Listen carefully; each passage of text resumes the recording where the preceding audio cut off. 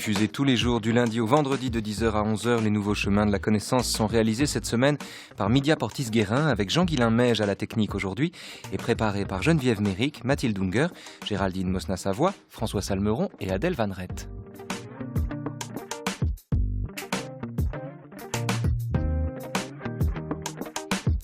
Adèle qui tout à l'heure à 10h50 recevra Étienne Klein pour évoquer un discours sur l'origine de l'univers dans le journal des Nouveaux Chemins.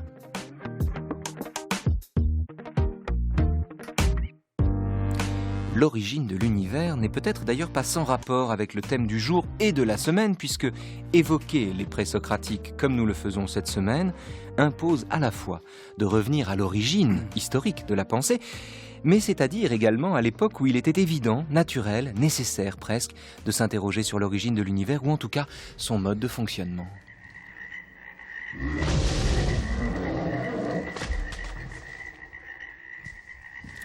Hier, nous parlions de Parménide. Demain, nous parlerons d'Empédocle. Aujourd'hui, on se demandera s'il existe à proprement parler une philosophie présocratique, c'est-à-dire une philosophie présocratique. Telle est la question que se pose André Lacks, qui enseigne la philosophie ancienne à la Sorbonne et qui est notamment l'auteur d'une introduction à la philosophie présocratique parue aux presses universitaires de France.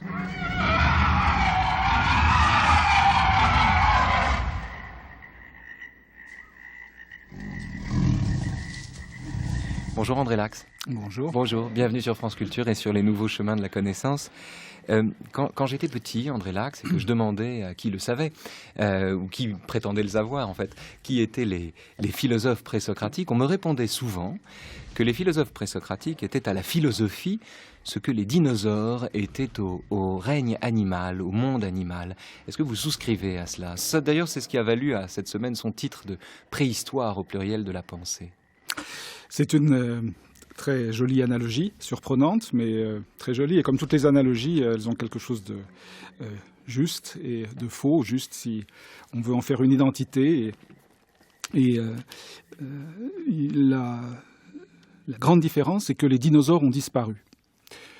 Les présocratiques, d'une certaine manière aussi, mais ils ont disparu d'une autre manière.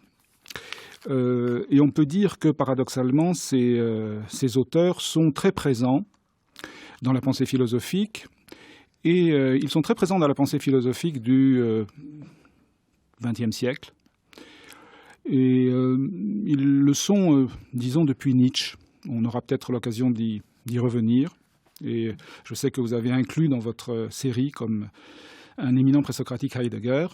C'est naturellement un signe de l'importance que les présocratiques ont pour la philosophie contemporaine dite continentale. Qui signifie peut-être aussi d'ailleurs la tentative de la part de Nietzsche ou de Heidegger de revenir en amont de l'émergence officielle de la rationalité, l'émergence platonicienne finalement de la rationalité, est-ce qu'on peut dire ça ?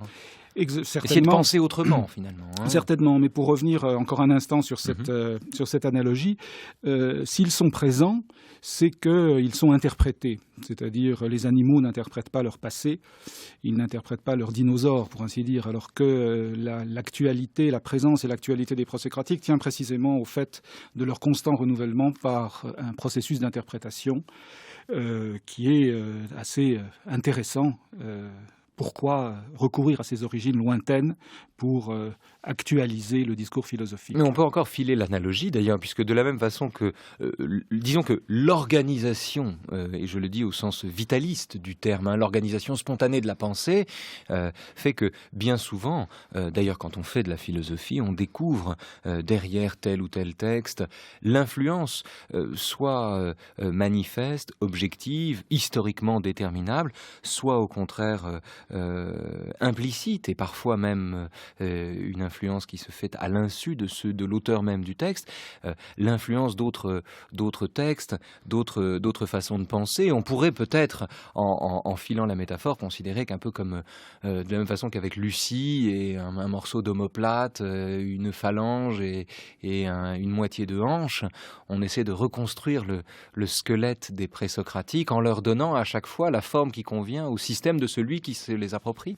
C'est tout à fait vrai. Il y a un travail de reconstitution qui est absolument considérable et qui touche Héraclite de façon plus particulière et plus spécifique que d'autres philosophes présocratiques. Nous savons que nous ne possédons aucun de ces textes dans leur intégralité. Nous n'en avons que des fragments. Mais quand on parle des fragments d'Héraclite, on en parle sans doute dans un autre sens, ou dans un sens plus précis que quand on parle d'un fragment de Parménide, pour une raison assez simple, qui est que Parménide, nous en avons des fragments, mais nous savons à quoi ressemblait l'œuvre. Nous savons que c'était un poème, nous savons qu'il avait 3 parties, nous savons quel était son plan, alors que nous n'avons strictement aucune idée de la façon dont était constitué le livre d'Héraclite. Et sur ce point, peut-être, on peut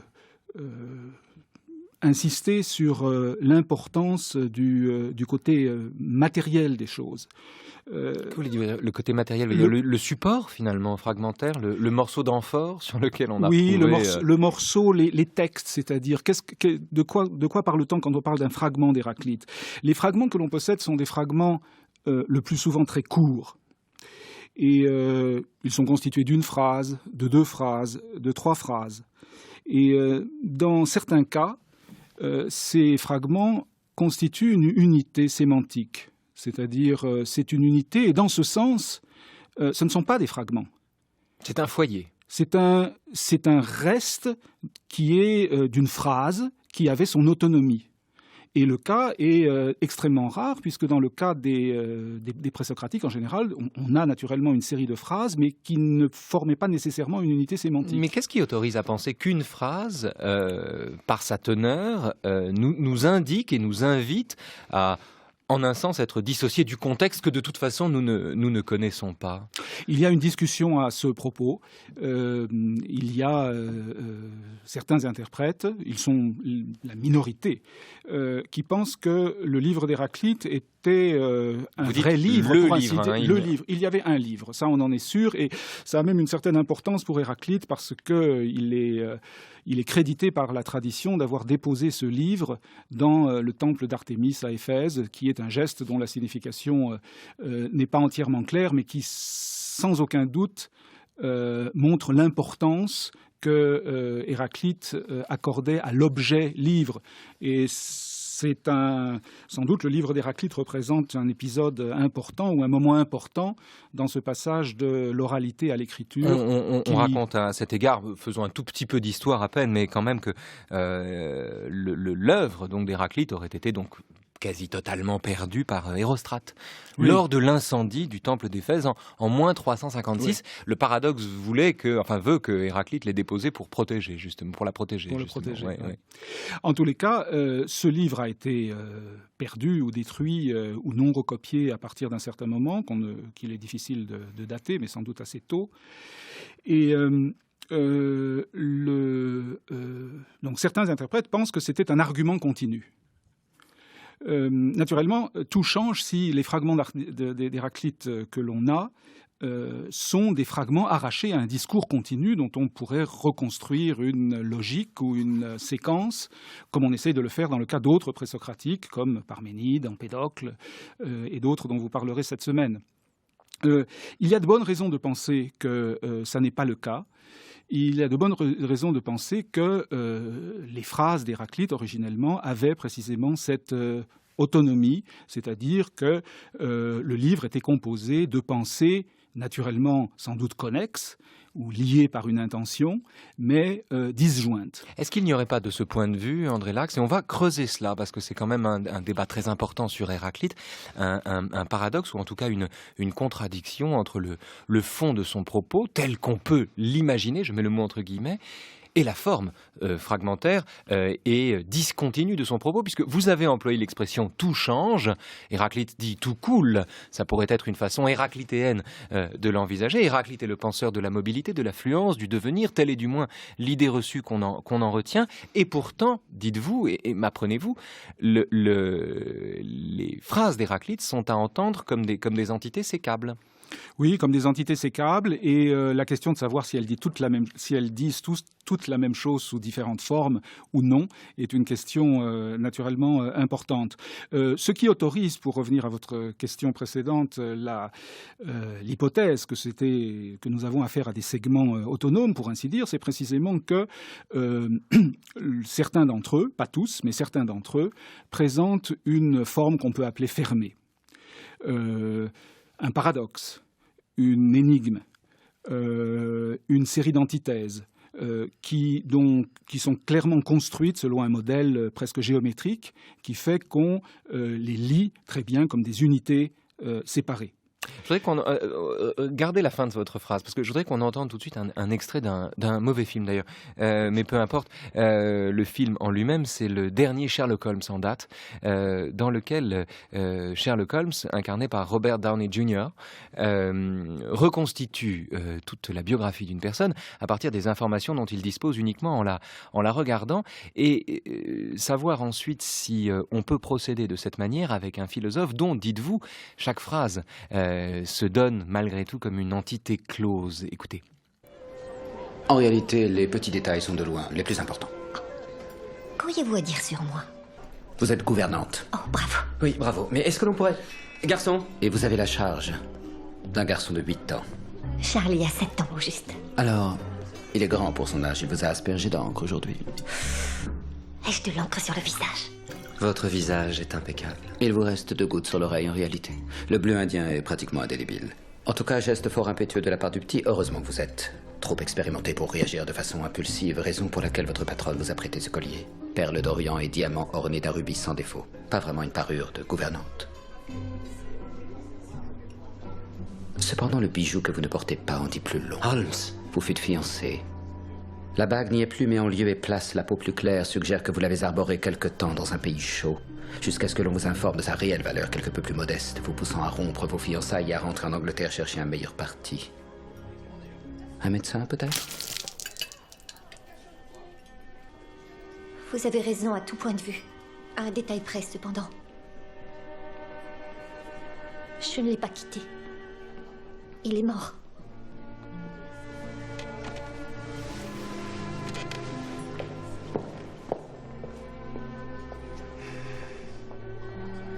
Bravo, mon vieux.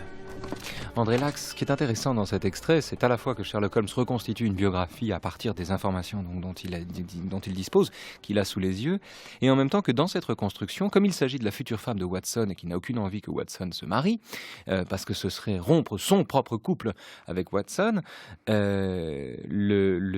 son interprétation, si géniale soit-elle, est quand même biaisée par le sentiment que cette femme est forcément une sorte de Mata Hari, une sorte de Yoko Ono avant l'heure, qui va le séparer de son ami, et que par conséquent c'est une femme sans scrupules, et donc il y a toujours un moment où l'interprétation dévie, l'objectivité de l'herméneute dévie vers une certaine vision de la personne qu'on interprète, du sujet qu'on interprète. Alors 2 questions.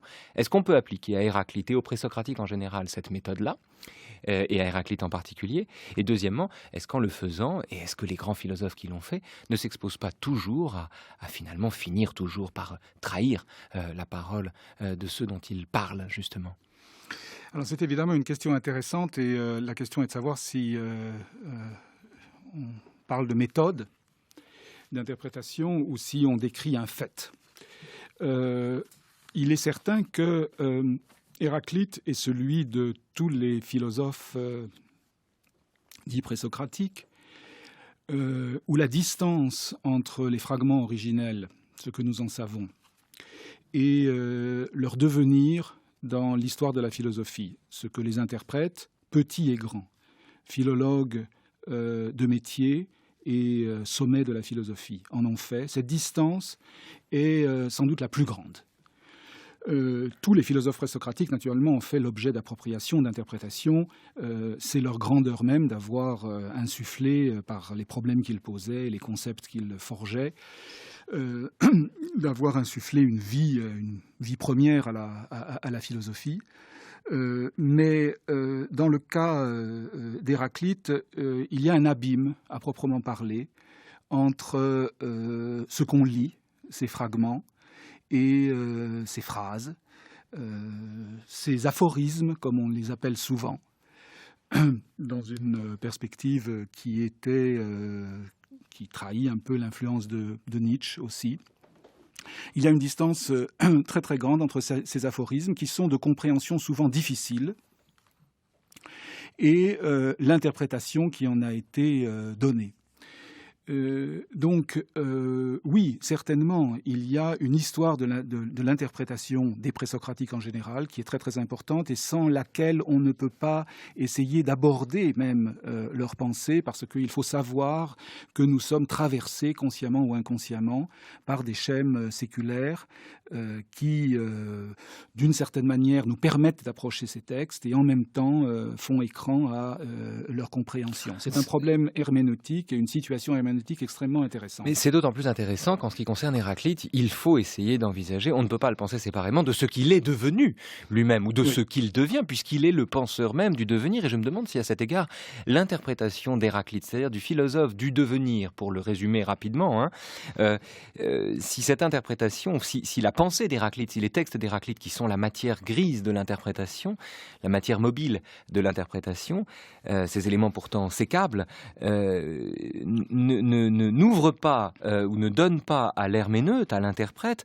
la liberté justement de tout simplement d'être fécondé par la pensée d'Héraclite. C'est le cas de Nietzsche. Nietzsche n'aurait peut-être pas accordé l'importance qu'on lui connaît à la forme aphoristique s'il n'avait été d'abord philologue et ensuite lecteur amoureux d'Héraclite. Oui, certainement. De ce point de vue, il est très très important et très remarquable que l'image que l'on associe à Héraclite, qui est celle, comme vous le rappelez si bien, le philosophe du devenir, est une image entièrement construite. Et si on lit les fragments d'Héraclite, on est frappé par le fait qu'il y a extrêmement peu de textes, voire aucun, qui puissent exprimer directement une vérité aussi universelle et Deux aussi mots peut-être, banale. Pantareil, tout Oui, cool. Voilà, on a fait beaucoup de bruit autour de ces deux mots. On a fait beaucoup de bruit. Les deux mots ne sont pas d'Héraclite, ce qui est peut-être un fait qu'il faut découvrir.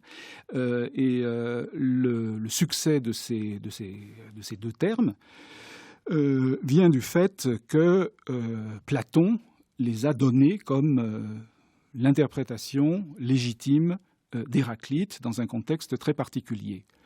Il y a bien un fragment, ou plusieurs fragments même, qui sont extrêmement connus, qui sont ce qu'on appelle les fragments du fleuve, où Héraclite utilise le fleuve pour dire quelque chose dont on verra peut-être dans la suite de l'émission que d'une certaine manière c'est strictement antithétique, ou sinon strictement antithétique, du moins dans une tension certaine avec l'idée même de l'écoulement.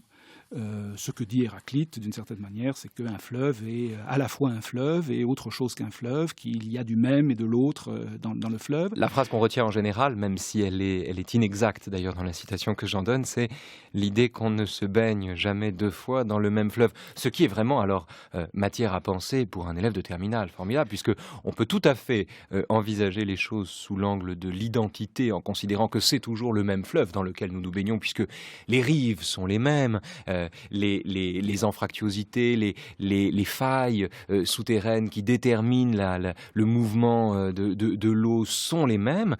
Et pourtant, l'eau elle-même n'est jamais la même, justement. Et donc, c'est une invitation pour un élève qui débuterait en philosophie, tout simplement à se plonger dans la pensée d'Héraclite en posant d'emblée la question de savoir s'il faut s'attacher à ce qui demeure ou à ce qui ne cesse de varier, de fluer, comme on dit. Ce que vous dites là est très bien et très juste, mais je vous fais remarquer que c'est une interprétation qui est déjà très raffinée par rapport à ce qu'on entend en général quand on dit que tout coule, et ce que Platon entendait. Ce que Platon entendait par là, c'était qu'il n'y avait aucune chose qui reste identique à elle-même.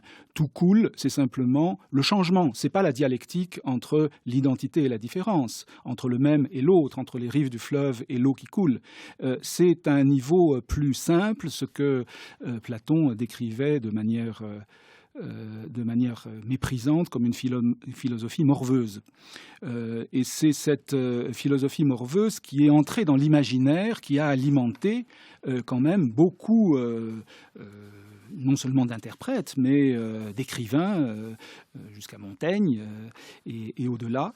Donc c'est cette idée du changement, du devenir. Alors qu'en effet, il y a de bonnes raisons de penser que Héraclite est plutôt un penseur de la tension entre des couples d'opposés ou de contraires. Vous avez cité les berges du fleuve et l'eau, c'en est un. Si on lit les fragments, on est frappé du nombre de textes qui tournent autour de cette question de la polémologie d'Héraclite, au fond. La polémologie est un aspect particulier, mais discours de la guerre. Effet, oui, la guerre, c'est encore un peu autre chose. On peut y venir tout à l'heure, si vous voulez. Mais d'abord, constater, en effet, le grand nombre de contraires que Héraclite mobilise. Et la question est de savoir quelle est la relation qui s'établit entre ces contraires. À mesure que vous parlez d'Héraclite, André Lax, les pistes s'ouvrent et je mesure à quel point nous n'allons pas évoquer tous les points dont nous disons que nous allons en parler tout à l'heure. Mais on va quand même essayer un point quand même sur cette philosophie morveuse. C'est étonnant. Vous vous souvenez, dans le bateau ivre de Rimbaud, à un moment, il parle de lichen de soleil et de morve d'azur, ce qui est une façon comme une autre, peut-être, qui sait, de rendre hommage à la fluence héraclitéenne. Qu'en dites-vous, André Lax? Est-ce qu'on peut aller jusque-là? Spontanément, ce n'est pas le bateau ivre que j'aurais associé à cet aspect de l'héritage d'Héraclite. Peut-être Héraclite a une autre face, pour ainsi dire, dont on parlera peut-être, qui est l'aspect dionysiaque en relation avec Nietzsche, et peut-être qui serait plus approprié au bateau ivre de Rimbaud. Non, on pourrait, si je voulais chercher des références littéraires, par exemple, penser aux signes de Baudelaire, Paris change, avec une certaine idée du tragique aussi.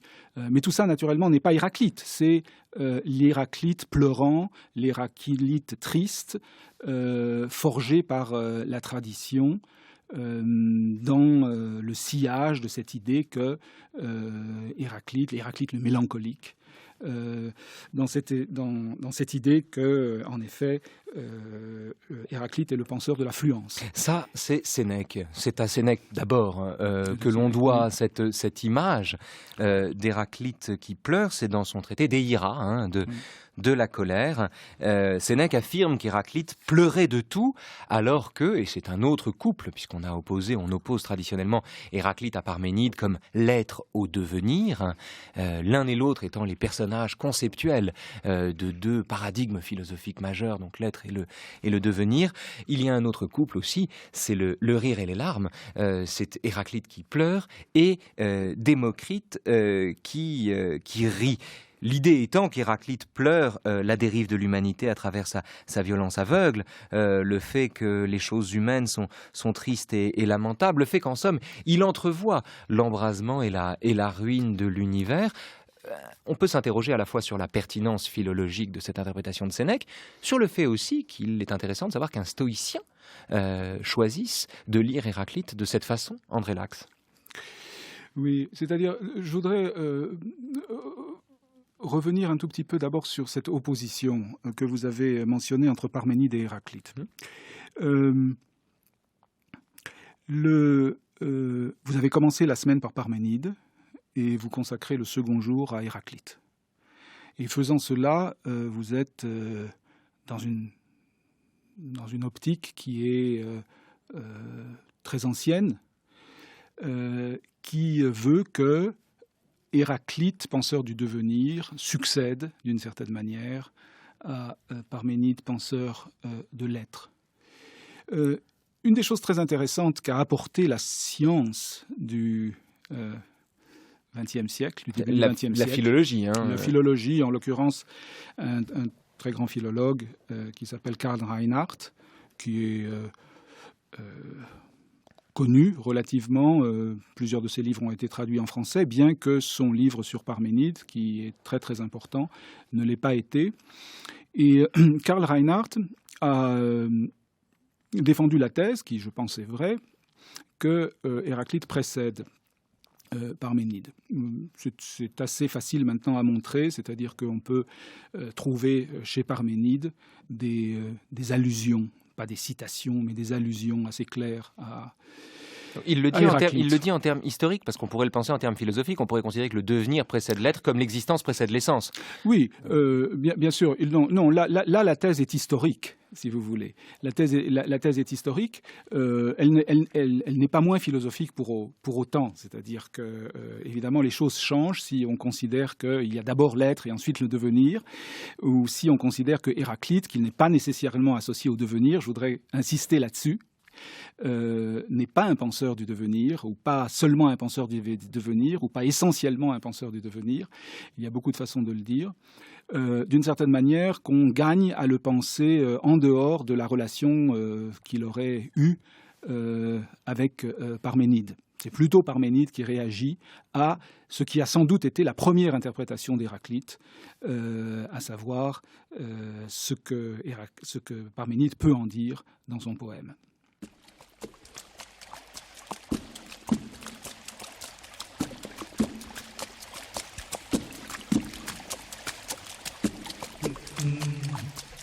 Comme je descendais des fleuves impassibles, je ne me sentis plus guidé par les haleurs.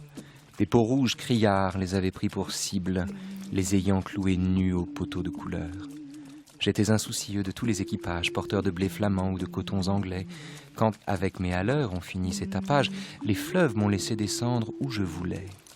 Dans les clapotements furieux des marées, moi, l'autre hiver, plus sourd que les cerveaux d'enfants, je courus, et les péninsules des marais n'ont pas subi au hubohu plus triomphant.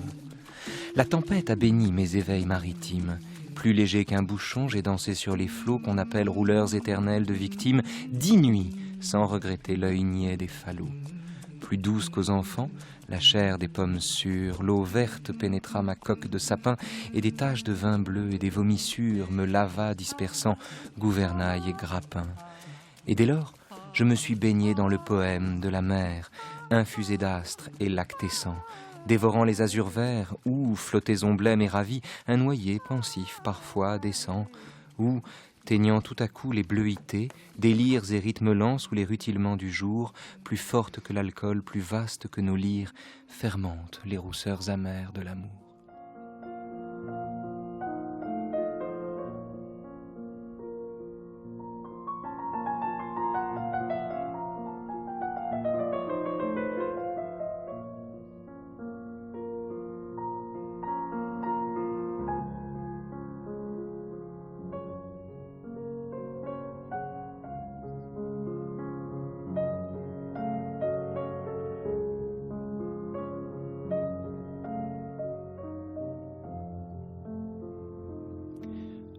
André Lacks est l'invité des Nouveaux Chemins de la Connaissance ce mardi, dans une semaine sur les présocratiques.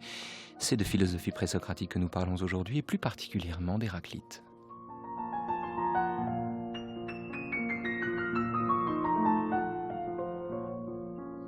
André Lacks, on a décidé cette semaine avec Nydia Portis-Guérin d'associer un compositeur à un présocratique.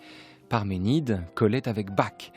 On a décidé d'accoler Chopin à Héraclite. Est-ce qu'on a bien fait ? Non.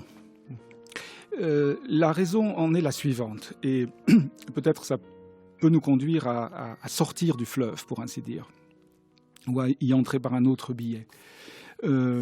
Chopin est naturellement le maître d'une musique fluente, et ce que nous avons entendu est naturellement la représentation même de la fluence. C'était une façon pour nous de mettre à l'épreuve une idée reçue, oui. Voilà. Il est musicalement intéressant de savoir que Chopin étudiait Bach. On peut l'étudier de différentes façons, mais pour le rejeter. Mais il y a plus de Bach dans Chopin qu'on ne pense. Et d'une certaine manière, la comparaison avec Bach, si on voulait suivre ce chemin, me paraît plus adéquat pour rendre compte d'Héraclite. Je n'avais pas pensé à ce rapprochement, mais vous êtes là pour nous y faire penser. Pourquoi ? Parce que Bach est le maître du contrepoint est le maître de l'inversion, le maître de la forme stricte et le maître de la rencontre des voies opposées. Et d'une certaine manière, ce à quoi je veux en venir, c'est que l'idée de structure ou l'idée de coexistence des contraires, comme on dit souvent à propos d'Héraclite, dans une formule qui n'est pas moins connue ou répandue que celle du tout cool, mais qui manifestement entretient avec elle une relation qui n'est pas toujours explicitée. Comment accorder l'idée de l'affluence universelle et constante avec cette idée de coexistence des contraires. Même l'idée d'un écoulement d'un côté et l'idée d'une synchronie, de la coexistence dans le même instant de deux aspects opposés, s'il doit y avoir une relation entre les deux, elle doit pouvoir être explicitée.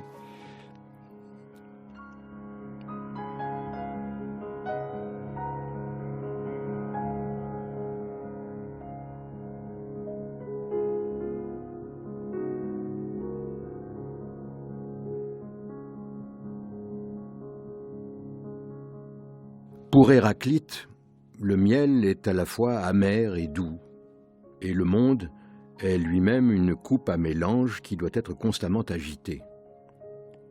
Tout devenir naît de la lutte des contraires. Les qualités définies qui nous semblent durables n'expriment que la suprématie momentanée de l'un des combattants, mais la lutte n'en continue pas moins, le combat se poursuit éternellement. C'est en fonction de ce combat que tout ce qui se produit advient. Et c'est précisément ce combat qui révèle la justice éternelle. C'est une conception admirable, puisée à la source la plus pure de la civilisation grecque et pour laquelle la lutte est le règne perpétuel d'une justice cohérente et sévère, liée à des lois éternelles. Seul un Grec était en mesure d'inventer une telle conception pour en faire le fondement d'une cosmodyssée.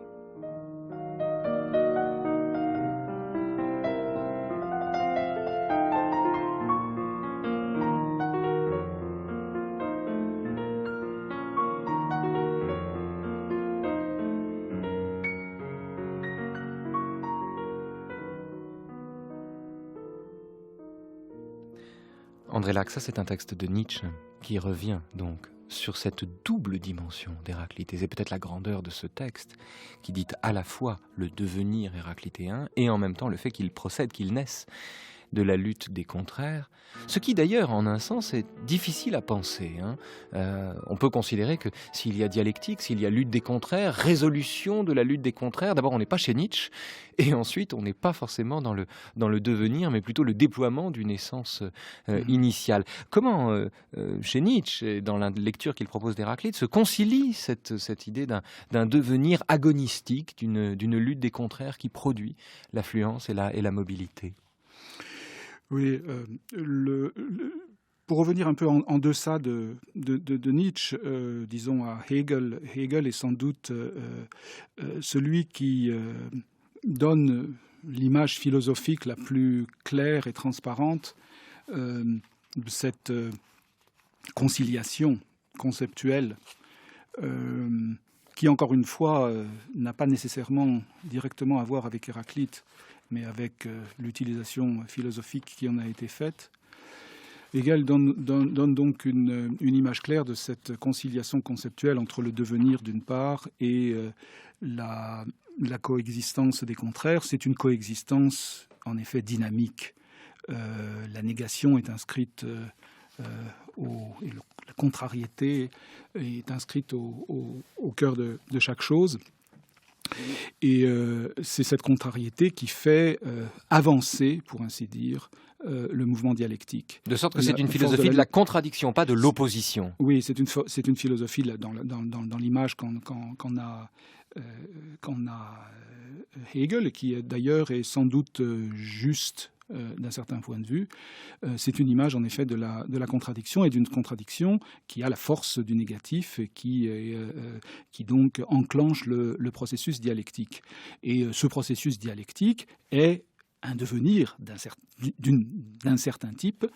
Pour donner un exemple, juste pour nos auditeurs, pour donner un exemple du processus dialectique hegelien, c'est un exemple archi connu, mais pourquoi pas, hein, pour parler du déploiement de la raison dans l'histoire, Hegel explique comment la raison, rusée en cela, mobilise les passions, et que, au lieu d'opposer terme à terme, passion et raison, Hegel donne les moyens de comprendre dans quelle mesure, quand nous sommes mus par nos passions, nous sommes agis par la raison qui se sert de nous pour manifester son déploiement dans l'histoire, et de sorte que Hegel permet de penser la contradiction comme un moteur, effectivement. Oui, la contradiction est en effet un moteur, et c'est ainsi que Hegel a eu cette phrase extrêmement connue qui consiste à dire que rien de ce qu'a dit Héraclite n'aurait pu être dit par lui-même dans sa logique. Il s'agit pas seulement de l'histoire, mais du déploiement même du système de concepts.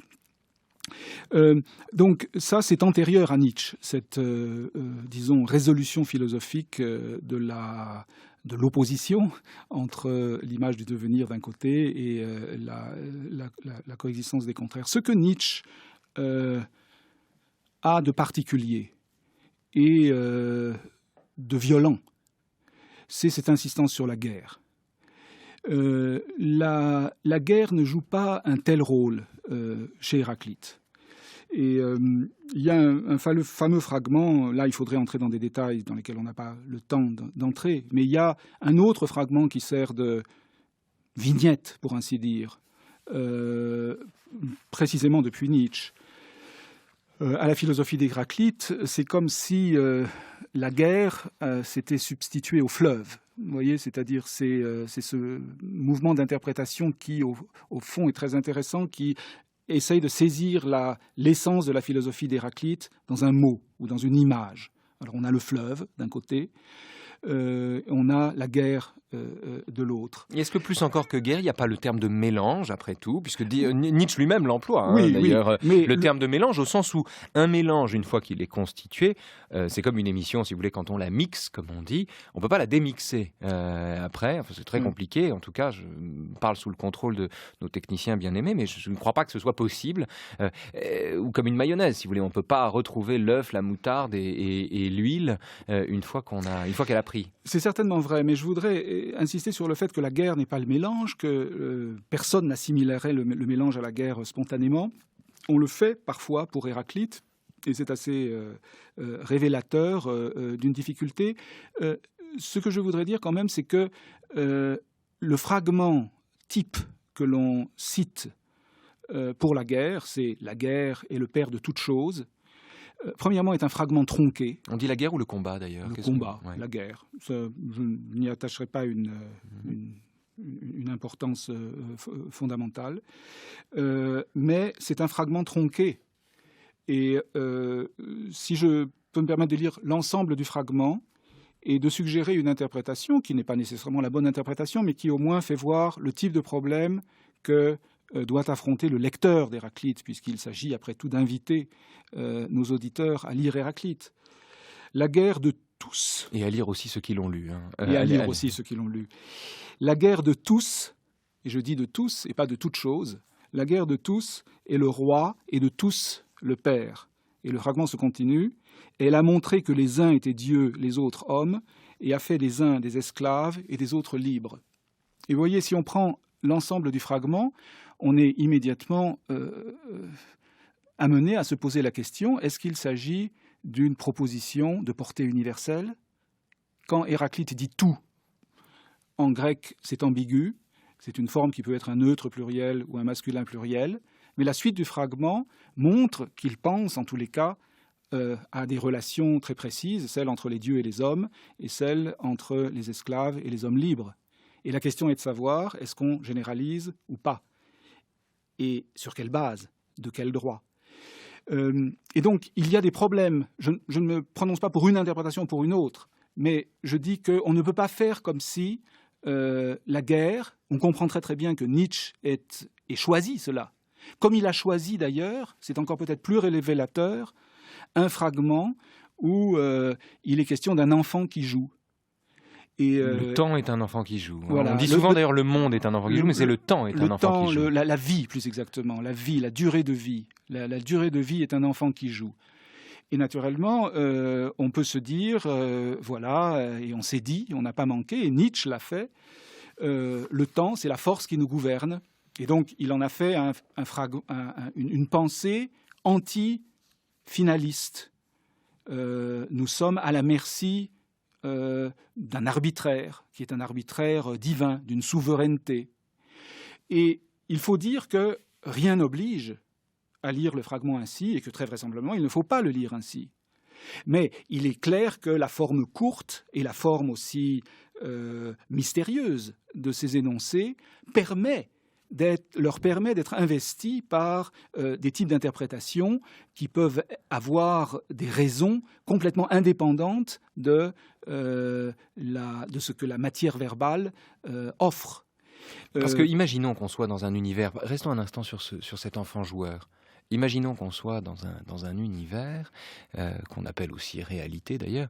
Imaginons donc qu'on soit dans cet univers où nous croyons être l'origine de nos actes, mais en réalité, ce sentiment que nous avons nous est dicté par toutes les causes réelles qui nous déterminent à agir comme nous le faisons, et en plus à croire que c'est librement que nous agissons, de sorte que, imaginons que nous vivions dans un univers où, derrière l'illusion d'être l'origine de nos actes, nous serions en fait les pantins d'une nécessité qui en elle-même est aveugle et non providentielle. C'est une nécessité, la nécessité qu'ont les choses d'être ce qu'elles sont, la nécessité qu'ont les rapports de force de s'appliquer à un individu et de le faire penser comme il pense ou de le faire agir comme il agit. Est-ce qu'un tel système, c'est-à-dire un système intégralement nécessaire, intégralement clair, Spinoza pour le dire autrement, intégralement explicable et en même temps parfaitement énigmatique, puisque interdisant toute position de surplomb d'où nous puissions regarder le monde, est-ce que lire un tel système à l'aune de cette image de l'enfant joueur, au fond se sentir le pantin d'un enfant joueur ou le rêve d'un enfant joueur, c'est-à-dire d'une divinité qui n'a pas d'intention en nous agissant comme elle nous agit, est-ce que cette lecture d'Héraclite est pertinente ou est-ce qu'elle le trahit? Et d'ailleurs, à quel moment est-ce qu'on trahit un fragment qui ne donne que lui-même, au fond? Oui, je pense qu'elle le trahit. Et la raison pour laquelle je pense qu'elle le trahit, c'est que on ne peut pas partir de ce fragment pour lire les autres fragments. La grande difficulté de la lecture d'Héraclite, c'est de trouver quand même un fil directeur, quelque chose comme l'unité d'une pensée. Et si il faut chercher cette unité quelque part, c'est certainement autour de cette notion de contrariété. C'est-à-dire qu'il y a peut-être une trentaine ou une quarantaine de fragments qui nous disent qu'une chose n'est pas ce qu'elle est, ou qu'elle n'est qu'en apparence ce qu'elle est, que ce qui est derrière ce qu'elle est, c'est son contraire. C'est-à-dire, c'est cette pensée que, et dans cette mesure, la tradition d'interprétation, alors plutôt aristotélicienne que platonicienne, c'est-à-dire une tradition d'interprétation qui n'insiste pas beaucoup sur le fleuve et le mouvement, pour qui le fleuve et le mouvement et le devenir sont des phénomènes secondaires ou des concepts secondaires, une tradition d'interprétation pour laquelle ce qui compte, c'est la question de l'identité. Dans quelle mesure une chose est-elle elle-même? Et dans cette mesure, l'opposition Héraclite-Parménide, philosophiquement parlant, indépendamment retrouve toute sa pertinence. Ouais. Retrouve toute sa pertinence, simplement à front inversé. Il y aurait tautologie, antilogie, il y aurait d'un côté l'être est, et de l'autre côté une genèse de l'être par ce qu'il n'est pas. Justement pas une genèse de l'être, une pensée selon laquelle on ne peut jamais saisir une chose dans son identité propre, c'est-à-dire que toutes les identités se défont quand on se rend compte, comme Héraclite invite à le faire, par l'accumulation d'exemples qui montrent que quand on désigne une chose, l'arc, par exemple, qui en Héraclite, grec, par exemple. ou Héraclite, par exemple, peut-être. Le cas serait plus difficile à expliciter, mais pourquoi pas. En tous les cas, mais ça serait peut-être un bon exemple, que toute fixation d'identité manque ce qui fait la structure profonde de la chose, c'est-à-dire le fait que c'est son contraire qui ne peut jamais être dit en même temps qu'elle-même, qui est l'élément constitutif de la chose. Est-ce qu'à cet égard, par exemple, quand au début de Par-delà bien et mal, dans une première partie de Par-delà bien et mal, qui est, je le dis à l'antenne d'ailleurs, accessible aux élèves de terminale, ça fait partie de ces textes de Nietzsche qu'on peut lire très tôt dans un cursus de philosophie, quant au paragraphe 2 de Par-delà bien et mal, Nietzsche se moque, ironise sur les métaphysiciens, c'est-à-dire les penseurs populaires, les penseurs grossiers, plébéiens à ses yeux, qui considèrent qu'une chose ne peut pas procéder de son contraire. Le bien ne peut pas naître du mal, le noir ne peut pas naître du blanc. Bref, dans ce passage où Nietzsche s'en prend au dualisme moral des métaphysiciens qui indexent le bien sur la vérité ou sur la blancheur ou que sais-je, Nietzsche réhabilite au contraire la position qui voudrait que c'est des mauvaises intentions que naissent les bons sentiments, c'est de la crainte du mal que naît le bien, c'est au fond du désarroi existentiel de l'homme qu'est née l'idée de Dieu. Est-ce qu'à cet égard, pour le coup, Nietzsche est héraclitéen ? Oui, sinon que ça pose d'ailleurs une question d'interprétation très, très importante et très délicate. Sinon que quand on dit qu'un contraire naît d'un autre, ce n'est pas tout à fait la même chose que de dire qu'une chose est constituée de contraires, la coexistence des contraires. Et il me semble personnellement que, en dépit du fait qu'il y a des cycles, des schèmes qu'on peut appeler cosmologiques, cosmogoniques, cycliques, en dépit du fait qu'il y a des transformations chez Héraclite, ces transformations ne sont que l'indice de cette simultanéité constitutive de la chose, des contraires. Et donc c'est là-dessus que j'insisterai. C'est qu'une chose est contemporaine de son contraire. C'est ça l'idée, et qui est une idée naturellement paradoxale, qui a... Mais elle est moins paradoxale que l'idée qu'il y avait un commencement à tout. Oui, c'est ce qui est quand même le paradoxe des paradoxes, qui prétend résoudre tous les paradoxes, mais qui les résout plus mystérieusement encore que le mystère même de l'absence de création, André Lacks. La question, d'ailleurs, est de savoir si Héraclite avait une cosmogonie, c'est-à-dire est-ce qu'il a pensé une origine des choses. Parfois, on dit que c'est le feu. Aristote l'a sans doute lu ainsi, et les stoïciens l'ont lu ainsi aussi. Il est certain que la physique d'Héraclite, s'il y avait une physique, s'il y avait une histoire du monde, s'il y avait un récit cosmogonique, n'avait pas l'allure des cosmogonies grecques traditionnelles.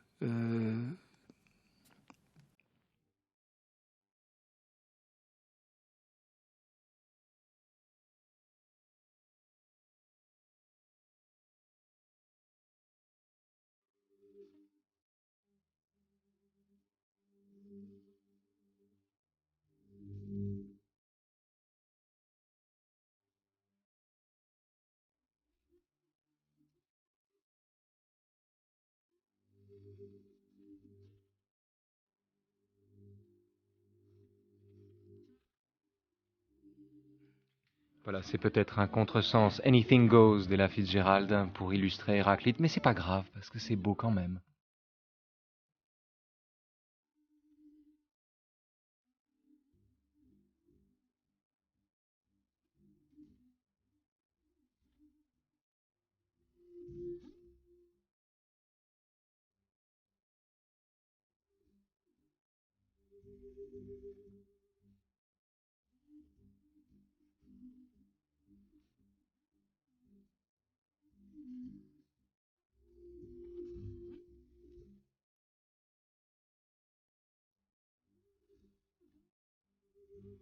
André Lac, c'est un plaisir trop bref de parler avec vous d'Héraclite et de la philosophie présocratique. Je signale donc 2 de vos livres, hein, Introduction à la philosophie présocratique au PUF et Le vide et la haine, éléments pour une histoire archaïque de la négativité, toujours aux presses universitaires de France. Je signale également que vous préparez en ce moment, mais il y a le temps, ça paraîtra dans 2 ans, m'avez-vous dit, une anthologie des présocratiques. On est impatient malgré tout.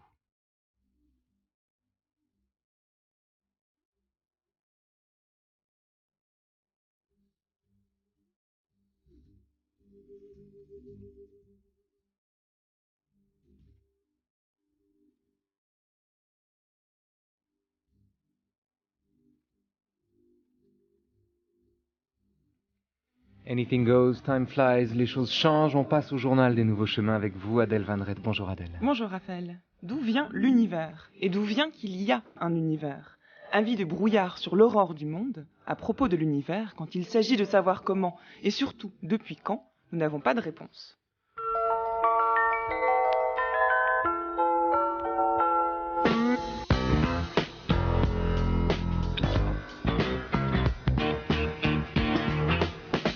Bonjour Étienne Klein. Bonjour. Vous êtes l'auteur d'un discours sur l'origine de l'univers que vous publiez aux éditions Flammarion, qui est un discours très intéressant et remarquable de clarté, je dois le dire, et dans lequel vous montrez bien à quel point cette question de l'origine de l'univers est à la fois inévitable et impossible. Alors, inévitable puisque l'intelligence humaine ne peut pas ne pas se demander, ne peut pas se poser la question du début, du commencement, sans quoi elle ne peut pas véritablement atteindre une explication complète. Mais impossible également, puisque c'est cette même intelligence qui n'a pas finalement les moyens d'y répondre. Alors, comment faut-il comprendre cette persistance dans la quête de l'origine? Est-ce que c'est une manière pour l'homme de ne pas reconnaître ses limites, une forme de prétention et d'ambition qui, certes, fait avancer la science, mais d'un autre côté, montre qu'il peut-être se voile la face quant à ses limites réelles?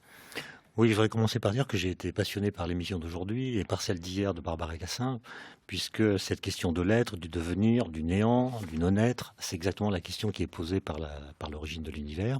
Simplement, j'ai essayé de la résoudre en physicien et de voir comment le langage peut ou ne peut pas traiter cette question. Donc c'est effectivement une question obligatoire, surtout quand on se rend compte que l'univers a une histoire. Et ça, les physiciens l'ont établi dans les années 30 du XXe siècle, grâce d'une part à des observations, celle de Hubble, qui a vu que les galaxies s'éloignaient les unes des autres, et grâce surtout à un formalisme, une théorie de la gravitation, qui est la relativité générale d'Einstein, qui a permis de donner à l'univers les propriétés d'un objet physique. Évidemment, avant lui, au XIXe siècle, même Kant avait écrit une histoire du système solaire. Des gens ont dit que l'univers a une histoire. Mais quand on dit l'univers a une histoire au XXe siècle, on ne dit pas la même chose que lorsqu'on dit l'univers a une histoire au XIXe siècle. Parce que c'est l'univers en tant que tel, en tant qu'objet particulier qui a des propriétés globales, non réductibles à des propriétés locales, qui a une histoire. Et donc cet univers a une histoire, la question elle, se pose de savoir s'il a un début. Et la façon traditionnelle de parler du Big Bang consiste à dire que cette explosion, comme on l'appelle, est la naissance de tout ce qui existe. Le temps, l'énergie, la matière, l'espace, etc. Et ce que j'essaie de montrer là, c'est que c'est une façon très abusive d'interpréter nos équations. Parce que dans les années 50, quand le mot Big Bang a été inventé par un astrophysicien qui s'appelle Fred Hoyle, qui était d'ailleurs un opposant à cette théorie, la cosmologie s'appuyait sur une seule théorie, qui était la théorie d'Einstein de la gravitation. Et effectivement, dans cette théorie, quand on remonte le passé, on remonte de plus en plus loin dans le passé, on aboutit à un univers qui se rétrécit et qui finit par devenir ponctuel. C'est-à-dire qu'il a la taille nulle d'un point. Et du coup, cette singularité, comme on l'appelle, est interprétée comme la création de l'univers. D'où tous les débats sur comment cet être a pu apparaître dans le non-être, etc. Et toutes ces questions métaphysiques sont passionnantes, mais elles sont prématurées. C'est-à-dire, elles ne sont pas posées par la cosmologie actuelle. Pourquoi ? Parce que quand vous allez vers cet instant dit zéro, la matière devient de plus en plus chaude, de plus en plus dense, et les particules sont sujettes à d'autres interactions que la gravitation, notamment les interactions nucléaires, les interactions électromagnétiques. Or, ces interactions ne sont pas décrites par la théorie d'Einstein. Et du coup, l'extrapolation est abusive, de sorte que cet instant zéro qu'on ne cesse de mettre en avant est une fiction mathématique qui ne correspond à aucun instant physique par lequel l'univers est passé. Ce qui veut dire que ce n'est pas une question de temps, que C'est c'est pas pas, une c'est pas question de uniquement temps. que nous ne sommes pas prêts, nous n'avons pas les moyens matériels, nous n'avons pas la connaissance scientifique adéquate pour comprendre et connaître l'origine de l'univers, c'est que nous ne pourrons jamais.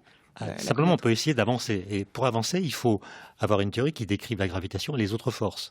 Les autres forces sont décrites par la physique quantique, qui est contradictoire avec la relativité générale. Donc il faut tenter de les marier, ou en tout cas de les dépasser dans une synthèse dialectique qui permettrait d'aller au-delà de ce qu'on appelle le mur de Planck, qui est la période à partir de laquelle on arrive à raconter l'histoire. Mais avant cette période, on ne peut pas, les concepts de la physique ordinaire s'effondrent. Le mur de Planck, Et- c'est pas un mur véritable, c'est en fait un mur conceptuel. C'est un mur cognitif. Voilà, c'est ça. Ça marque la limite de notre physique. Maintenant, il y a beaucoup de gens qui travaillent sur ces sujets, qui proposent des théories permettant de marier la physique quantique et la relativité générale, comme la théorie des supercordes, ou bien d'autres que je ne vais pas citer.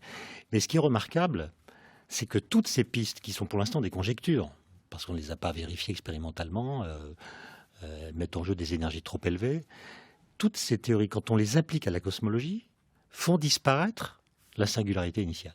Autrement dit, l'instant zéro qui existait dans les modèles primitifs de Big Bang disparaît, se déplace. Ce qui veut dire que nous n'avons pas, quoi qu'on en dise, la preuve scientifique que l'univers a eu une origine proprement dite. Et là, je prends le mot origine dans son sens radical, c'est-à-dire transition qui fait passer de l'absence de toute chose, de tout être, Du non-être à l'être. du non-être à l'être. Nous n'avons pas la preuve que cette transition a eu lieu. Et comme vous l'avez dit dans votre première question, je pense que même si nous savions que l'univers a eu une origine, nous ne pourrions pas la décrire. Parce que cette transition entre le néant et l'être suppose qu'on attribue au néant des propriétés qui lui permettent de cesser d'être un néant. Et ça, c'est peut-être autre chose. Je veux dire, le néant, dès qu'on se met à le penser, on en fait quelque chose qui est son propre démenti. Mais c'est ça qui est intéressant, puisque vous allez encore plus loin dans votre livre et vous montrez qu'on peut aussi s'intéresser, on peut se demander pourquoi pense-t-on que l'univers a eu un commencement ? D'abord parce qu'on nous l'a dit, il y a des philosophies, il y a des religions qui l'expliquent, et la question est de savoir si la science peut intégrer ce questionnement dans son propre champ. Et je pense que non, c'est-à-dire que l'origine, elle est constamment visée, c'est une sorte d'éternel terme promise, mais tous les discours que nous avons sur l'origine la trahissent au sens où ils mettent toujours comme explication un être primordial qui vient expliquer l'origine dont on parle. Donc en dernière analyse, c'est un problème de langage. C'est notre langage lui-même qui évoque et qui laisse entendre l'être en tant que tel. Alors que c'est ce que vous montrez bien dans votre conclusion, c'est alors qu'il y a d'autres types de langage, notamment le langage chinois, qui lui fonctionne en termes de processus et non pas en termes d'être, d'entité substantielle. Et du coup, conduit à envisager la question de l'univers sous un autre angle, qui n'est pas nous, celle les de son physiciens, début. quand nous expliquons une origine, on explique un être par un autre être, l'étang par l'étang. Mais effectivement, les Chinois, d'après ce que j'ai compris des livres de François Julien, n'ont pas cette notion de néant, et pour eux, il n'y a que des processus, et donc il n'y a pas eu de création. Discours sur l'origine de l'univers, c'est le titre de votre livre, Étienne Klein, qu'on trouve aux éditions Flammarion en ce moment. Merci beaucoup. Merci à vous. C'était vraiment 2 fois trop court aujourd'hui. Vous vouliez finir, Adèle, en nous parlant d'éternel singulier. L'éternel singulier, c'est le titre d'un livre que les éditions du Bord de l'eau publient ce mois-ci et qui porte sur le handicap. L'éternel singulier, l'expression souligne le fait que le vécu de la personne en situation de handicap est irréductible, qu'il est l'affaire d'un individu singulier, ce qu'on a tendance à oublier lorsqu'on parle du handicap en général ou des personnes handicapées. Le livre propose 9 études sur les situations de handicap dont les auteurs sont entre autres Jean-Claude Amezen, Françoise Héritier, Guillaume Leblanc ou encore Robert Misrahi, des philosophes qui ne se ressemblent que par cette préoccupation commune de réfléchir sur le handicap dans ce livre en tout cas. Quels sont les modes de pensée du passé et du présent qui configurent le regard posé sur le handicap ? Quelles sont les matrices et les lieux d'exercice de l'intolérance face au handicap ? Et surtout, comment faire la peau aux constructions idéologiques de cette intolérance ? Chaque contribution, que son approche soit d'ordre philosophique ou médical, sociologique ou encore politique, chaque contribution est précédée d'un récit de vie d'une personne qui est handicapée, parent d'enfants handicapés ou médecin du travail. Et c'est un très bon travail justement, très bien construit, riche, pertinent et qui ouvre la réflexion sur les conditions démocratiques qui garantissent l'épanouissement de l'individu, qu'il soit handicapé ou non. Ça s'appelle L'éternel singulier et on trouve ça aux éditions du Bord de l'eau. Voilà, Héraclite, le handicap et l'origine de l'univers, c'était l'homogène émission du jour, une émission que vous retrouvez sur Internet à la page des Nouveaux Chemins. Demain, en direct, en ce qui nous concerne, on se retrouve pour la suite de cette semaine sur les présocratiques. On parlera d'Empédocle, le génial, sulfureux chamano-volcanique Empédocle. C'est pour demain, donc. Et puis après tout, pourquoi pas un dernier mot pour Mathilde Unger, dont c'est l'anniversaire aujourd'hui. Le temps passe, mais son passage est scandé par le retour éternel d'une date qui ponctue le devenir et qu'il appartient à chacun ou chacune de lire comme une année de plus ou une année de moins. Joyeux anniversaire Mathilde, quoi qu'il en soit, quoi qu'il en devienne, et pourvu que ça dure. 10h59 sur France Culture. Dans un instant, question d'époque.